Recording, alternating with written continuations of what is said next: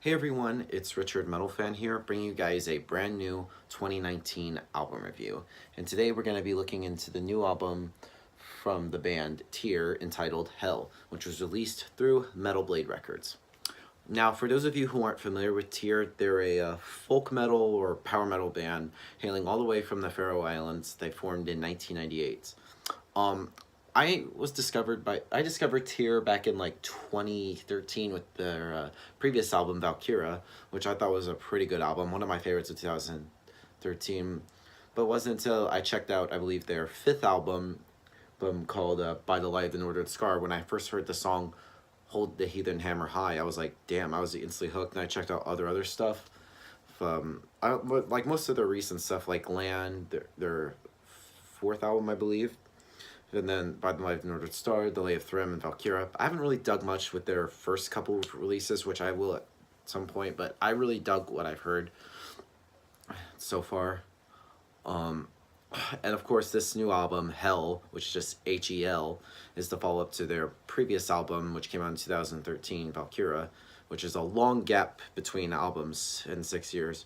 And this album is actually the first album with a little bit of a new lineup. They have their old guitar player Terji had left the band like about a year last year. I was lucky I got to see him live when Tyr played in Atlanta back in May of last year, and it was a great show. And they also have a new drummer, Thaddeus Reckman, and on Valkyria they had George Colias of Nile playing drums on the album, but they got a drummer, and he does a really great job on this. But does this album live up to Valkyria? In my honest opinion, I think it definitely has. Like, it's pretty much like Tyr honestly hasn't released a bad album. Like, I really love their mixture of like folk metal with a little bit of a power metal vibe to it, sort of like mixing the two together. Production wise, like Tyr always has great production. The vocal work from Harry Yon, I can never say his name.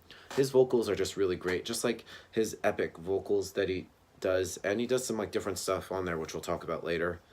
His guitar playing, along with the new guitar player, which is Attila Lavoros. Like they're just the leads and like the soloing and riffs that they come up with is great. The bass playing from, I forget his name, I think it's Gunnar. His bass is pretty audible. You could definitely hear it well in the mix. And just like the drums are really good on here, and I feel like there's like different like elements compared to like their previous albums. Like they also have the speed metal, power metal elements as like their major focus, while the folk elements are pretty much found in, like the melodies of the guitar. And there's also a little bit of like progressive elements are there, but it's not as prominent on like their first couple albums. But I feel like this album is a bit more epic and adventurous with the previous three albums, and a couple more lengthier tracks, as well as like an increase in like the instrumental section. But yeah, without further ado, let's dive into this album track by track. Now the album opens up with Gates of Hell, which starts off with some nice acoustic folk guitar work before the rest of the band kicks in and the music becomes even more heavier. The opening verse provides like a first surprise on the album, but with some pretty epic death growls, which is actually the first that Tyr has done, because every other album is just clean vocals, just 100%. And also has the death growls have a little bit of a slight folk feel to them, and then Harry switches over to his epic, smooth, clean vocals for a speedy, very fun and melodic chorus, which proves to be one of the best on the album. And the track is mostly fast-paced, though it has some slower sections during the verses, and while the vocal sections are the highlight, especially during the chorus, the instrumental work is top-notch. Well, with the solo section in the middle being very melodic and well done. And it's pretty much easily my favorite track on the album. All Heroes Fall is a more typical speedy power metal track, which would have fit perfectly on any of their previous three albums. It alternates between slow and speedy passages during the verses before going full throttle during an epic chorus, and it has some nice melodic guitar work throughout, including like a great guitar solo in the middle. It is very simple yet very fun track overall. Next song on the album is called Ragnar's Kivol. I can never pronounce the name. It's one of the two songs that are sung in the band's native Faroese tongue, along with the closing track, which we'll talk about in a little bit. It is said to be based off of a traditional Faroese ballad, and that's certainly easy to believe. It is very beautiful, very melodic track with some epic folk melodies and treble drums during the verses, as well as an absolutely fantastic chorus where Harry delivers some of his softest vocals.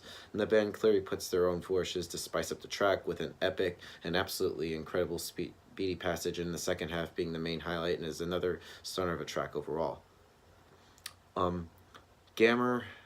Garmer, I can never say it. Despite having a strange looking name, Garmer is a song which is obviously sung fully in English and is a speedier track with some more epic melodies and a very fun chorus. And there's their track that would fall perfectly in the line of like their past 3 albums. I know I keep saying that a lot, but it's still true. Moving along nicely during the verses before fully speeding up and becoming very, very epic during the chorus of the song. Sunset Shore, which is one of the early releasing goes on here. It's a nice ballad which has a very, very light and melodic guitar work throughout, as well as some epic, powerful vocals. Goes this calm, beautiful track with some excellent melodies, and it has a strong folk feel throughout. So it definitely feels more in line with the band's earlier work, while still being epic and fun in its own way. It has a very cool, heavy section near the end, which leads to an excellent but brief solo and a great final run during the chorus. Downhill Drunk, which is another fairly straightforward song, which moves along more of a gallop during the verses with some pretty heavy guitar work before opening up with some great melodies and more speedy tempos during its fun, very catchy chorus. Empires of the North, one of the more complex and more eventful tracks on the album, which has many tempo changes throughout, and it manages to pack a lot of memorable moments. It's just 5 minutes. It has some mid-paced passages, a slow but epic chorus, some very speedy passages with a strong folk feel to the guitar work, and has an absolutely beautiful and very lengthy guitar solo in the middle. It is definitely one of the more progressive tracks on the album, and it manages to be consistently exciting throughout. Far From the Worries of the World is pure fun, very upbeat track, and its name would imply. It moves at a slightly slower pace during the verses with strong folk melodies before speeding up with a very fun, epic chorus, which certainly lives up to its name, being incredibly happy and serving a great escape from any frustrations the world may bring. It's a fun track overall with an epic, long instrumental section within the second half of the song, and it's definitely one of my favorites here.